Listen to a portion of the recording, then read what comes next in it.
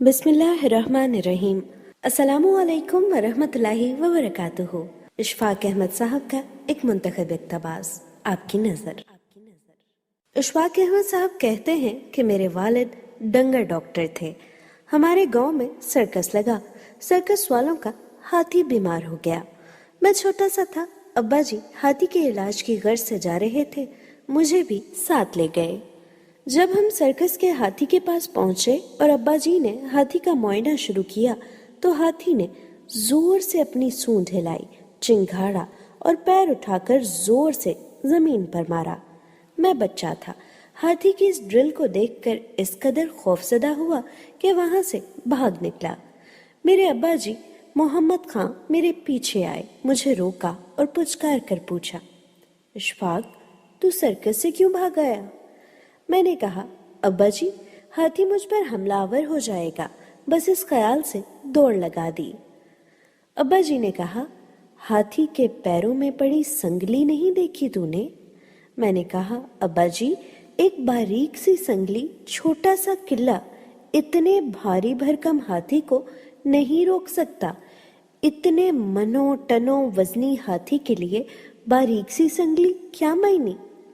ابا جی مسکرائے اور کہا، اشفاق احمد، ہاتھی اس قلعے کو نہیں اکھاڑ سکتا جس سے وہ بندھا ہے۔ میں نے پوچھا، کیوں نہیں اکھاڑ سکتا؟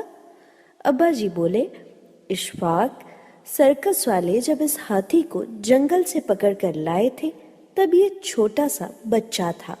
ہاتھی کو اسی باریک سنگلی اور اسی چھوٹے سے قلعے کے ساتھ باندھ دیا گیا تھا۔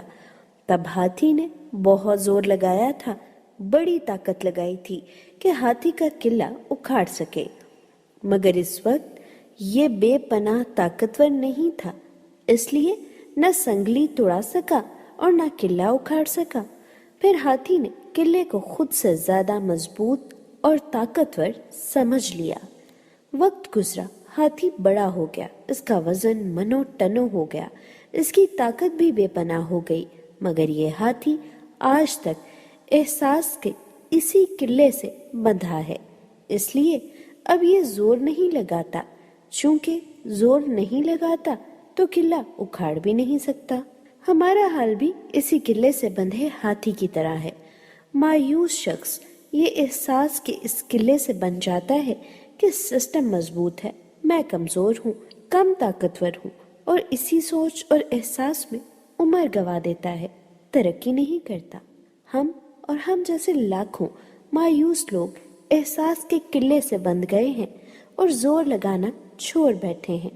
یاد رکھنا، ہاتھی کی آنکھیں چھوٹی ہوتی ہیں، اس لیے اپنی بھاری بھرکم جسامت کو نہیں پہچان پاتا۔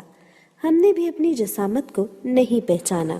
مسلمان ہو کر مایوس ہونا اچھی بات نہیں، اس لیے حالات سے ہار نہیں ماننی چاہیے، بس اس بات پر یقین رکھنا چاہیے کہ وقت سے پہلے کچھ نہیں ہوگا۔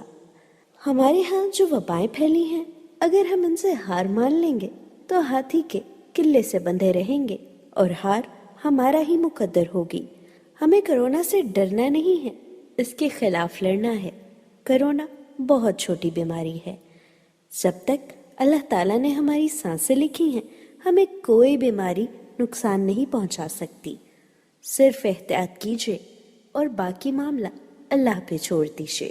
اللہ تعالیٰ ہمیں آسانیاں عطا فرمائے اور آسانیاں تقسیم کرنے کا شرف بخشے، آمین ثم آمین۔